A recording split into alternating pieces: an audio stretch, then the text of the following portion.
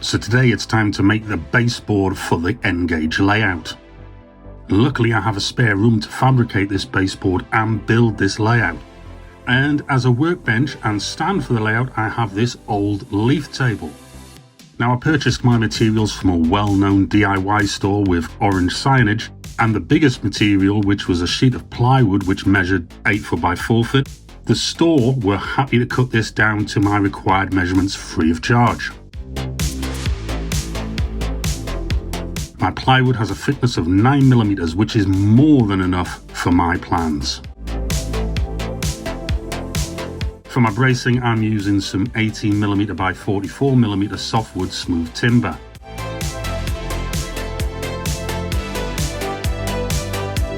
Now you may be asking yourself, how do I know what measurements I require?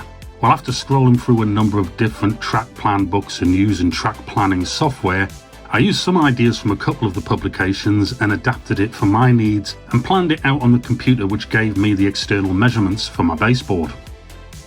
Now this video is not a how you must build a baseboard video, and is more of a how I am building this baseboard video. So some people will be straight into the comments stating my frame timber would be incorrect or too small, but as the build progresses, my choices will become clearer for this project. So it's time to unpack the timber and lay it out, especially looking out for any bowing in any of the timber, which will be obvious to see when laid out together next to each other.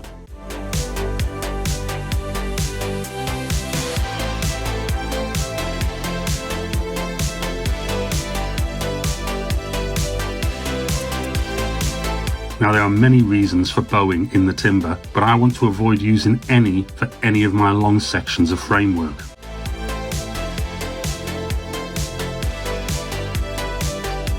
Now I've worked out from my plan that the length of my baseboard will be 2 meters and have a width of 740mm. The DIY store did an excellent job of measuring and cutting this for me when I purchased the plywood. Now my first 2 cuts of timber will be for the long lengths of the framework, and these will need to be 2 meters in length. And once measured, I will use my adjustable square to help me mark a straight cut line. Now using the cheapest miter block and tenon saw which I could find, which incidentally I could also use to give me a straight line, I'm going to cut the 2 longest sections of frame.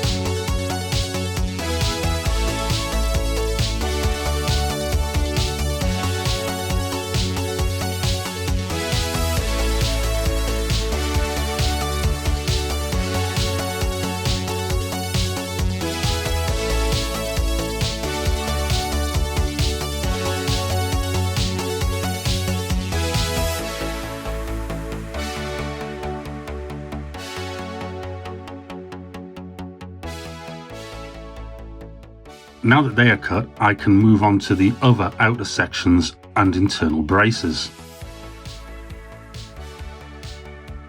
So the width for the layout measures 740mm or 74 centimeters, but I now need to take into account the width of the 2 long sections of timber I've just cut for the frame. Knowing that the thickness of the frame timber is 18mm, but also checking just in case, I need to take the thickness of both outer pieces of timber away from the width of the board to give me the correct measurement I require for my cross members. Now I know the measurement I need, I also need to know how many sections I require to cut. So I need the outer 2 frame pieces and 3 internal pieces spread out at 500mm intervals, which results in 5 sections to be cut.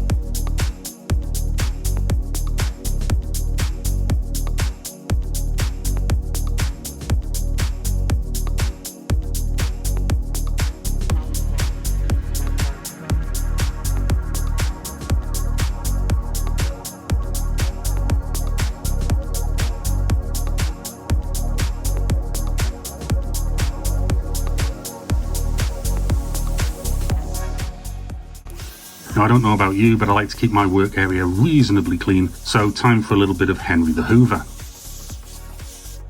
Now that that's done, you can see laid out are my 2 long outer pieces and 5 shorter sections for outer ends of the frame and internal bracing. As I said before, the thickness of the frame is 18mm, and I want to mark out on the plywood exactly where I can pilot drill and place screws when fixing the plywood and frame together. So half of my 18mm thickness is 9mm, and I have set my adjustable square to 9mm to use as a guide to run a pencil line out and around the plywood. And while I'm marking out, I will also mark out exactly where the internal braces will be.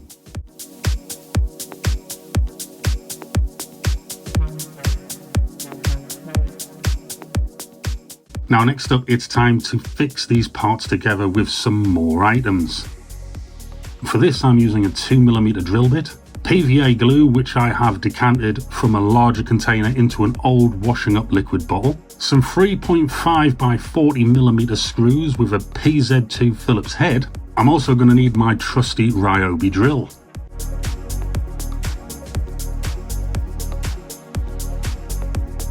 So just to get started, I'm going to offer up the timber to the plywood, get it flush and make my first pilot drill hole so I can locate the first screw with ease once I start assembly.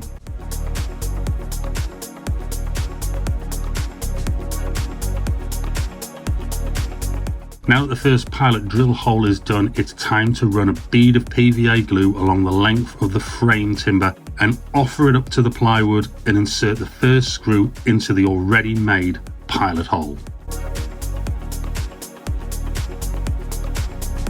With the first screw fitted, I can now continue to drill more pilot holes and insert the screws along the length of the board and frame. And of course, I'm going to repeat this with the opposite side and the end pieces.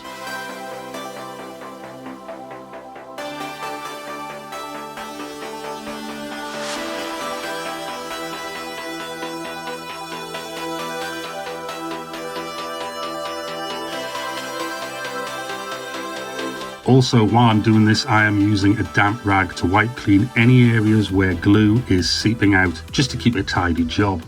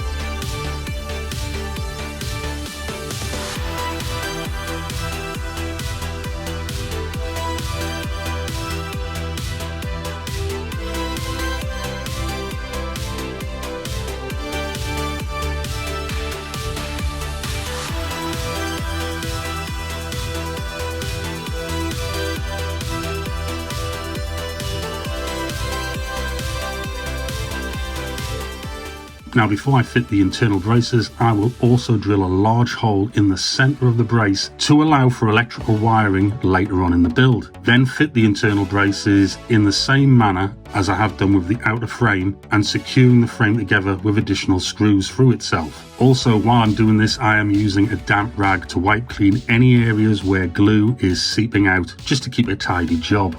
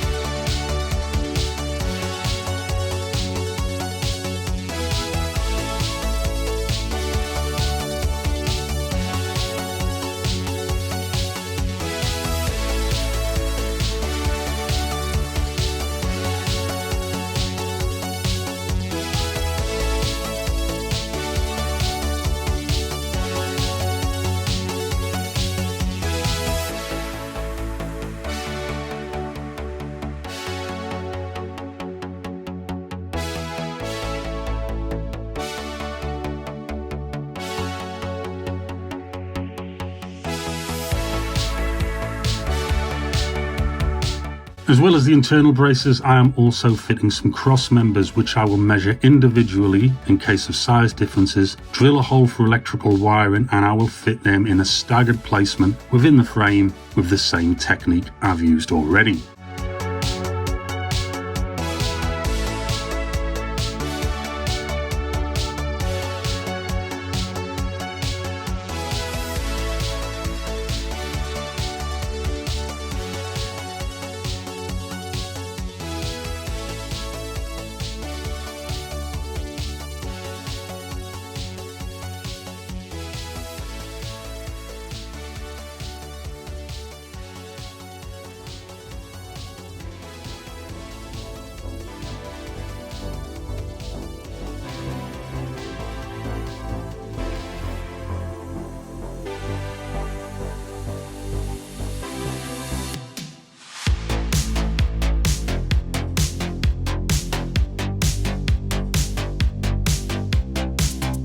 Well, as you can see, this looks really neat and tidy, and with the preparations already in place for electrics. So while this dries and settles, I'm going to give it a quick coat of some emulsion I've got lying around, and this will help me later with marking out, and it'll also help seal the plywood initially before track laying and scenery.